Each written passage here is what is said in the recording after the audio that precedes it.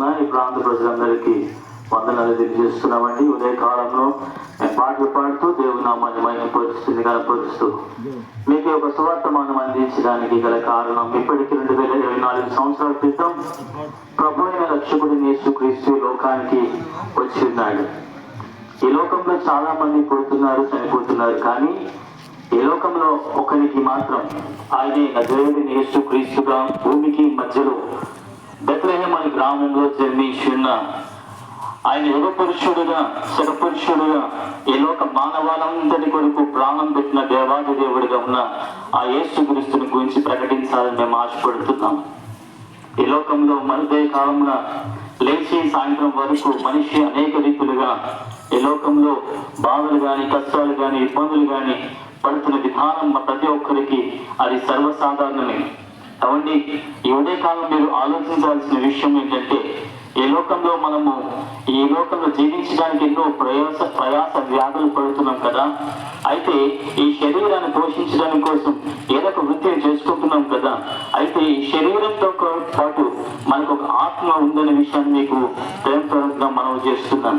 శరీరానికి మరణం ఉన్నట్టే ఆత్మ కూడా మరణం ఉందనే విషయాన్ని మీకు జ్ఞాపకం చేస్తున్నాం.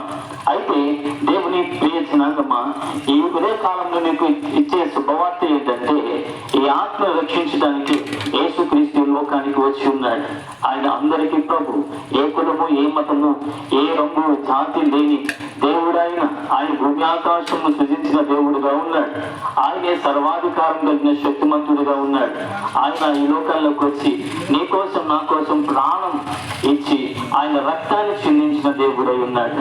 అవండి ఎన్నో గ్రంథాలు ఎన్నో శ్లోకాల్లో వివరిస్తున్న విధానం ఏంటంటే, ఏ రక్తం వలన మానవుని పాపానికి క్షమాపణ లేదనే విషయాన్ని ఎన్నో గ్రంథాలు, వేదాలు వెల్లిస్తున్నాయి. కానీ యేసు ప్రభు ఈ లోకంలోకి వచ్చి ఆ శిలువ మ్రాణం మీద, ఆ చట్టం మీద తన ప్రాణం చెల్లించి ఆయన రక్తాన్ని చెల్లించిన దేవుడై ఉన్నాడు. నీకు దేవుని గురించి ఇంకా అనేక విషయాలు తెలుసుకోవాలని ఆశ నీలో ఉండొచ్చు.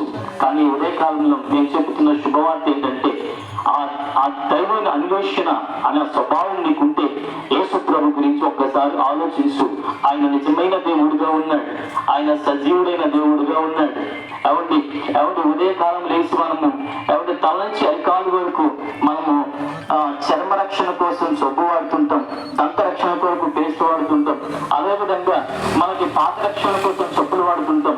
తల నుంచి అరికాలు వరకు అన్ని రక్షణ కోసం మనం ప్రయాసపడతాం. కానీ నిజంగా ఆత్మకు రక్షణ ఉందా అనే విషయాన్ని ఒకసారి మీరు ఆలోచించాల్సింది మనం చేస్తున్నా.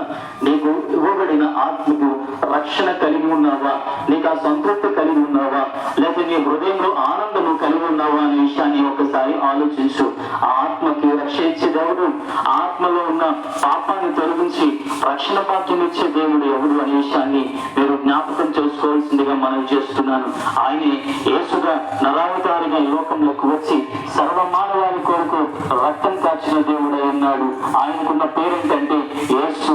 యేసు అన్న మాటకు అర్థము రక్షకుడు.